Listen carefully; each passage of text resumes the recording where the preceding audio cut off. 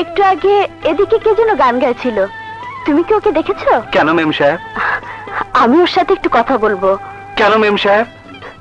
ওকে একটা ধন্যবাদ দেব। কেন মেম সাহেব? He is a great singer. এর অর্থ কি? ও একটা প্রতিভা। এর অর্থ কি? ও একটা ট্যালেন্ট। এর অর্থ কি? এত কিছু জেনে তোমার কোনো লাভ নেই। তুমি যদি ওকে দেখে থাকো তাহলে আমাকে ওর কাছে নিয়ে চলো। মেম সাহেব, এতক্ষণ যে গান গাইছিল সে একটা মুক্ত পাখি, আর পাখি তার নিজ ইচ্ছা ডানা মেলে উড়ে বেড়ায়। আচ্ছা, ইচ্ছে হলে গাছের ডালে বসে আপন সুরে গান গায়। আর সে গান যদি কারো পছন্দ হয় তাহলে গানের সময় তাকে খুঁজে বের করুন।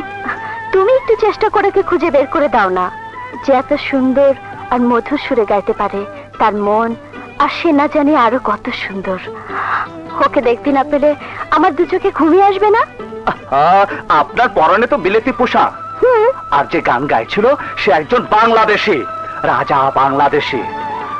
বাংলাদেশকে সে ভীষণ ভালোবাসে। তাই আমার মনে হয় আপনার মতো বিলেতি মেম সাহেবকে সে পছন্দ করবে না। কেন? বিলেতি মেম সাহেব আবার কি দোষ করেছে?